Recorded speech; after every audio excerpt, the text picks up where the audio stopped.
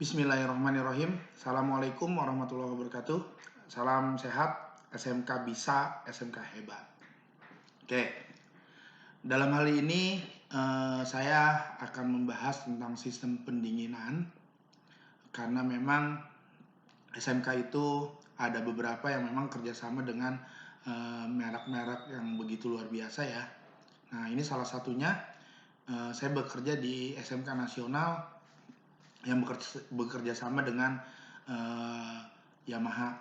Oke, Yamaha semakin di depan. SMK bisa dan SMK hebat. Oke, pembahasan hari ini yaitu tentang sistem pendinginan. Nah, tentang sistem pendinginan ini kalau kita ibaratkan di manusia ini penting sekali. Kenapa? Belum lama ini kita musim kemarau ya, musim panas. Dimana pada musim panas ini kita luar biasa pengen minum es, pengen deket kipas angin, apalagi yang namanya AC itu penting banget itu. Nah, kipasnya pun bermacam-macam ya, dipentingin segala macam seperti itu. Oke ya, berlanjut dengan sistem pendinginan pada kendaraan roda 2 secara umumnya itu pada semua kendaraan ya, baik roda 4, roda 2, bahkan semua komponen ini butuh sistem pendinginan. Sampai dengan halnya kita. Ini kita ada juga di sistem pendinginan. Yuk, kita lihat yuk bagaimana sih sistem pendinginan. Oke, lanjut. Sistem pendinginan pada manusia. Oke, ini diibaratkan di manusia ya. Nah, sistem pendinginan di manusia ini seperti kita lari. Nah, belum lama kita heboh ketika memang kita setelah lockdownnya sudah agak longgar, kita boleh new normal, mulai tuh aktivitas tinggi kita lari, olahraga, sebagai macam, enak tuh di luar, bahkan bisa goes seperti itu. Terus temperatur atau suhu yang sesuai memudahkan untuk bekerja. Nah, ini kalau misalkan badan kita gerah nih, terus kita disuruh baca buku kan nggak nyaman. Nah, kita pengennya suhunya tuh yang sesuai. Nah, misalnya kita baca buku tuh di kebun atau di depan rumah, angin-angin, atau di eh, suasana-suasana alam deh. Kan itu udah enak ya. Atau tempat duduknya nyaman. Nah, itu. Ini bahwa menandakan semua aktivitas kalau misalkan dengan suhu yang enak tuh pekerjaannya pun lancar seperti itu. Nah, misalkan nih contohnya, mohon maaf nih ya, kita lagi emosian, terus kita jangan boro-boro buat ini deh, buat kita ngobrol, buat ngapain aja juga udah bete banget. Nah, itu seperti itu. Makanya suhu di dalam tubuh kita itu berpengaruh banget itu terhadap aktivitas kita. Otomatis kalau yang kamu ya belajar. Nah, kalau secara umumnya ya semua manusia aktivitasnya akan berpengaruh sekali lagi terhadap berpengaruh dari apa? Pengaruh dari sebuah suhu seperti itu. Oke. Selanjutnya kita lihat di sebuah kendaraan. Nah, ini mesin. Nah, mesin ini sebagian besar tenaga akan hilang karena panas. Memang apa tenaga itu akan hilang ketika panas? Nah, kita lihat ketika kita lagi touring deh atau nyoba jalan itu ketika kita lagi jalan pertama kan pagi hari deh, bedain antara kamu berangkat pagi hari ke sekolah dengan yang siang hari. Kan kalau pagi hari enak tuh, nyaman, sambil senyum-senyum walaupun macet.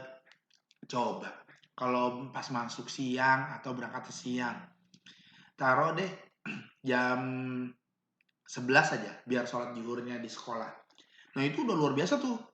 Motornya juga nggak enak. Nah, itu sama, mesin pun sama. Ketika mesin kita coba gunakan di pagi hari sama malam hari atau siang hari, itu akan berbeda. Karena apa? Berpengaruh dari suhu. Nah, terus selanjutnya sistem pendinginan ini ada beberapa tipe. Yang pertama, pendinginan udara alami, natural air cooling. Nah, natural air cooling ini ada yang memang didesain secara khusus seperti, adanya power stove. Power stove itu diarahin, jadi udah ada tempatnya. Nah, kalau kayak di motor-motor yang matic sekarang kan udah ada tuh, ini tapi bukan pendinginan alami ya, pendinginan alaminya itu dia udara tekan. Nah, pendinginan alaminya kayak ada di bagian depannya kendaraan tuh, suka ada tuh dibolong-bolongin, nah itu. Itu biar udaranya masuk. Atau dibuat kisi-kisi, sirip-sirip. Nah, itu salah satu pendingin alami kayak motor-motor sport, beberapa motor sport ada yang menggunakan sistem pendingin alami. Nah, kalau model-model motor yang lama itu ada di model Alfa ya. Model Alfa, terus Post One ZR kalau nggak salah deh. Post One itu menggunakan power scope. Jadi memfokuskan. Nah, kalau yang sirip-sirip kan sebenarnya difokuskannya ini nih yang bakalan mau didinginin gitu. Makanya sebagian mesinnya dikasih sirip. Seperti itu. Next ya. Pendinginan udara tekan nih yang tadi saya bilang. Mohon maaf. Yang tadi saya bilang forced air cooling.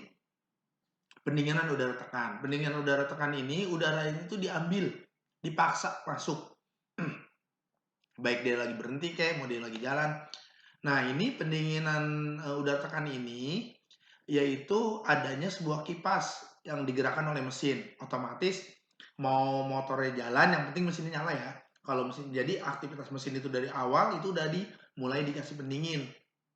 Nah, pendinginan air ini, pendinginan udara tekan ini diarahkan ngambilnya. Makanya kalau kamu lihat desain-desain sistem pendinginan kan ada tuh yang siripnya dibengkokin, terus ada beberapa motor yang matic dikasih tutupnya depannya atau polos seperti itu.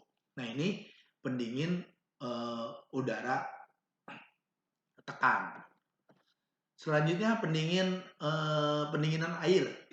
Nah, pendinginan air ini atau water cooling, sistem ini menggunakan aliran tertutup water jacket yang kalau dibilang.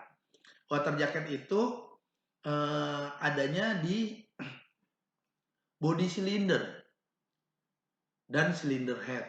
Nah, cylinder headnya itu nggak semuanya ya, nggak semua sampai menurut kamu kayak body cylinder. Kalau body cylinder kan diselimutin sama air. Kalau dia nggak semuanya. Terus cairan yang panas mengalir ke radiator didinginkan oleh udara dari udara luar. Nah, ini ada nih, ada berpengaruh juga dengan udara alami atau udara tekan. Biasanya kalau water cooling ini dia kan otomatis ada radiatornya nih. Ada radiator, terus ada kipas tambahan kayak di motor fiction itu. Jadi selain udara yang masuk dari luar ke dalam, ketika memang suhunya belum maksimal, makanya kipas itu akan berputar.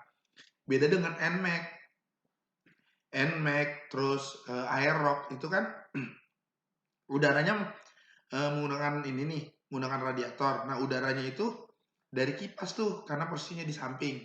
Ada yang alami, cuma nggak begitu maksimal karena kan posisi samping.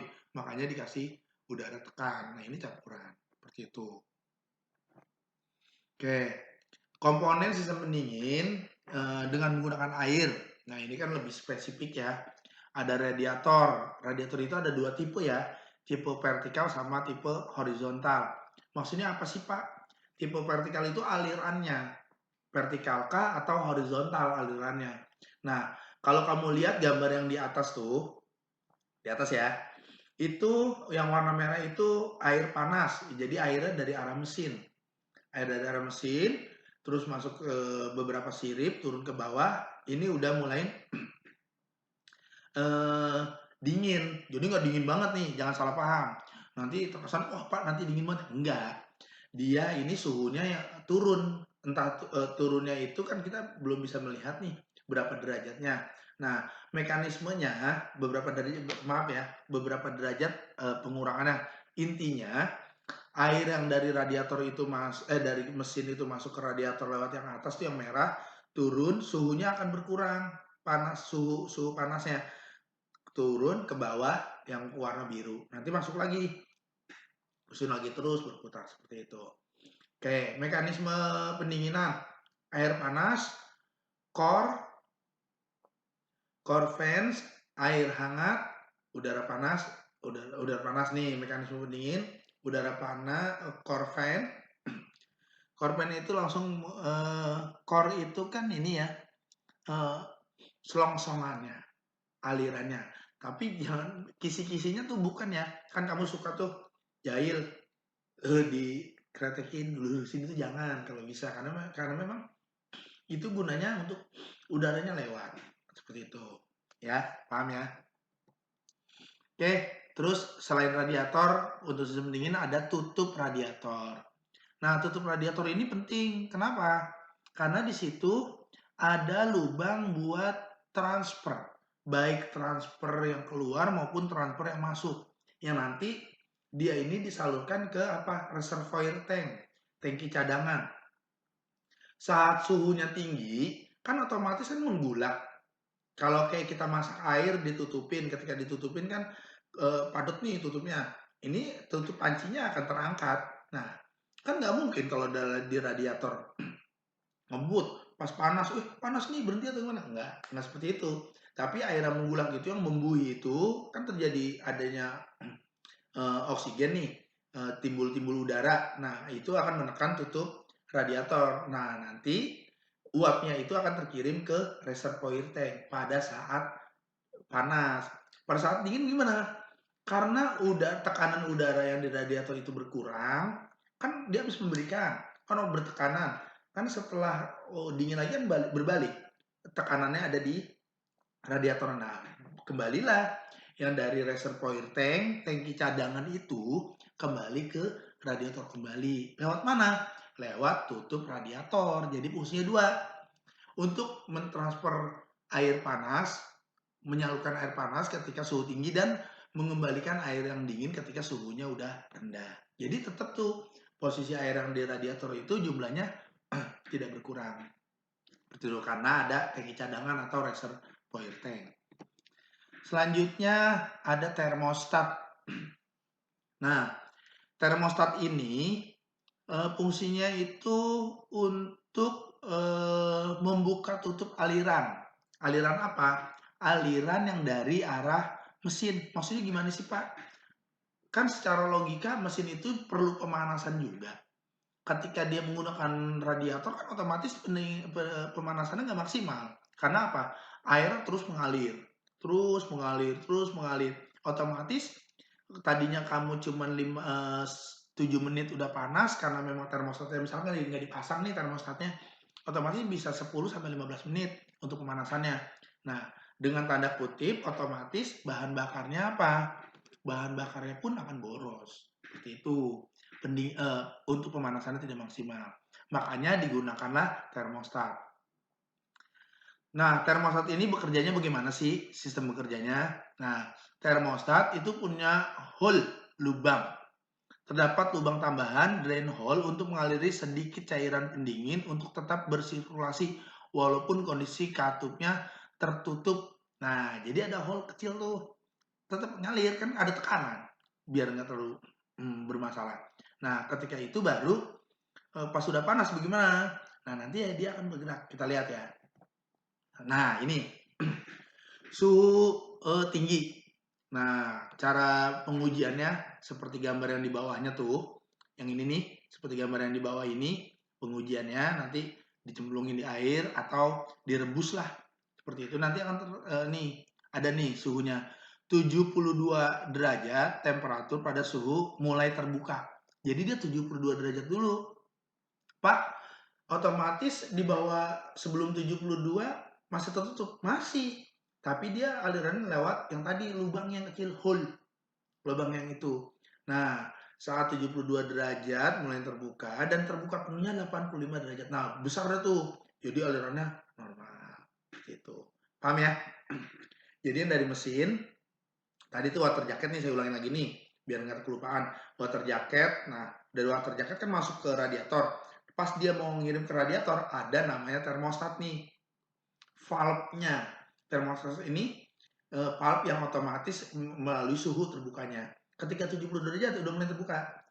85 terbuka penuh, alirannya normal. Seperti itu. Paham ya? Oke. Terus komponen selanjutnya ada electric fan, kipas elektrik. Kipas pendingin ini bekerja apabila suhu mesin mengalami panas yang berlebihan. Nah, biasanya motor Vixion ya yang jelas, yang punya motor Vixion atau motor yang lain, kipas ini akan berputar ketika suhunya tinggi. Bisa dirasakan kan kondisi jalanan Indonesia, ini kan nggak semuanya lancar, ada macetnya, segala macam, apalagi yang aktivitas kendaraannya buat bekerja. Nah, saat mesin panas macet, kan sistem pendinginan nggak lancar tuh, nggak jalan. Akhirnya radiator muter-muter aja. Nah, terus siapa yang dinginin? Akhirnya ada kipas fan. Seperti itu. Kerjanya dari mana sih kipas fan itu? Kipas fan itu bekerjanya atas informasi dari thermoswitch. Thermoswitch ini, coolant temperature sensor ini memberi informasi ke ECU nanti. Nah, nanti ECU bilangin, tolong dihidupin si kipasnya, baru muter. Kenapa? Karena suhunya udah berlebihan. Karena di situ ada bahasanya tuh, suhu mesin mengalami panas yang berlebihan, maka kipas akan berputar. Oke.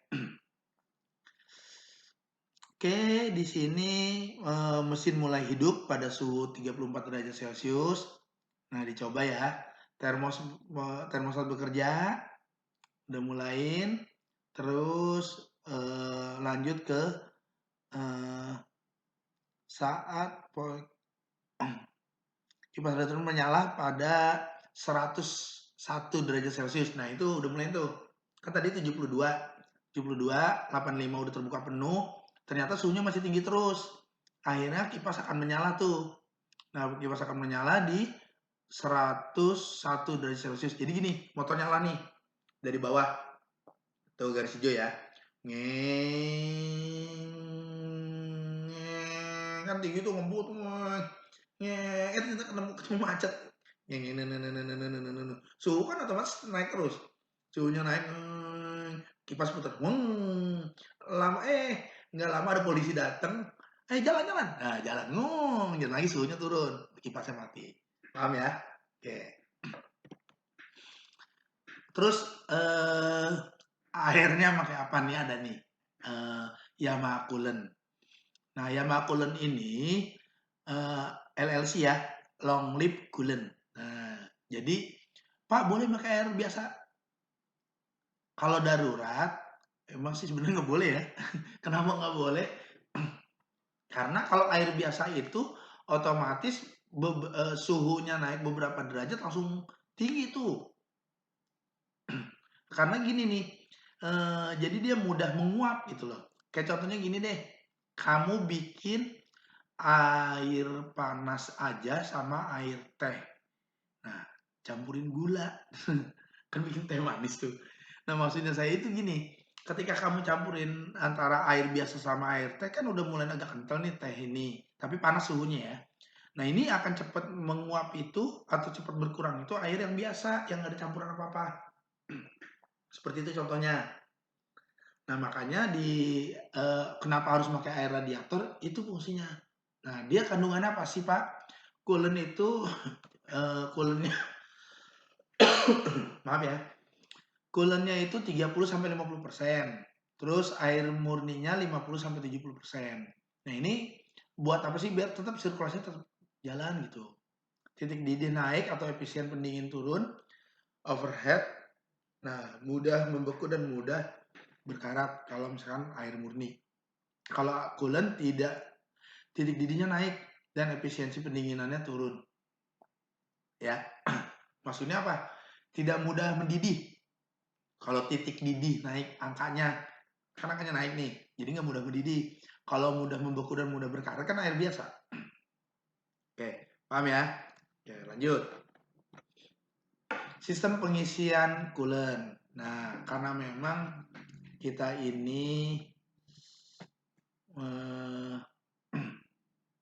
harus bisa membongkar ya. Oke, kita lihat dulu. Nah, ini sistem pendinginannya. Maaf ya, berkata ya. Oke, perhatiin ini radiator dibelah. Bagaimana sistemnya?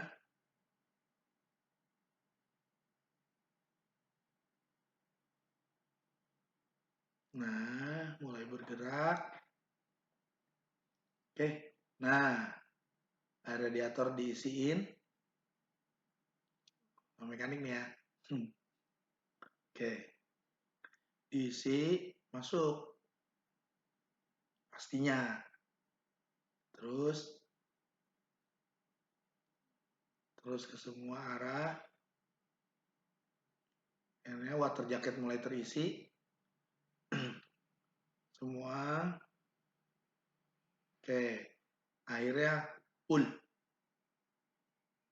Penuh ya. Nah, saat penuh ini kita perhatiin lagi ada termostat tuh. Nih, namanya termostat. Diperhatiin. Nah, perhatiin. Oke, itu air dingin tuh. Yang masuk, yang warna biru tua. Oke. Warna biru itu.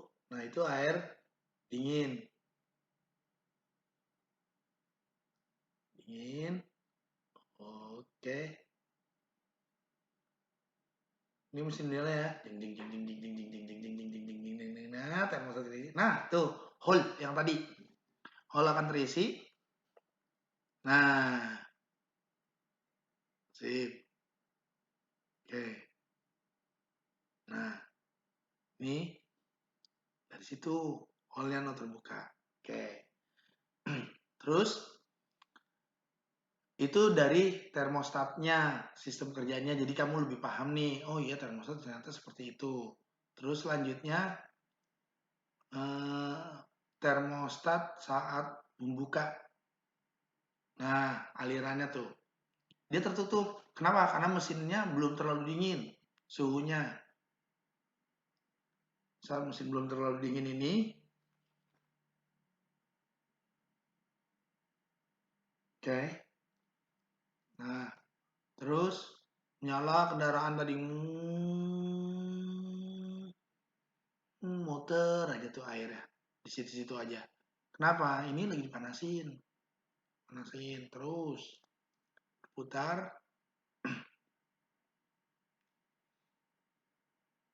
Selanjutnya apa? Kita perhatiin. Nah, termostatnya mulai terbuka. Saat mulai terbuka, gimana? Kita lihat. Karena mesin tadi udah panas, udah jalan nih, si pengendaranya udah lama, mesin akhirnya menjadi head. Nah, bukan overheating ya, panas ya. Suhu panas dari mesin udah mulai itu dialirin. Nah, dari yang tadi dingin, panas, masuk ke termostat. Termostat dapat informasi. Nah, karena memang dia nih kerjanya dari suhu ya. Jadi dia nggak ada informasi siapa-siapa. Cuma dapat arus dari suhu, akhirnya baru tuh terbuka, mengalir ke arah atas. Nah, nih, mengarah ke atas, karena dia vertikal ya.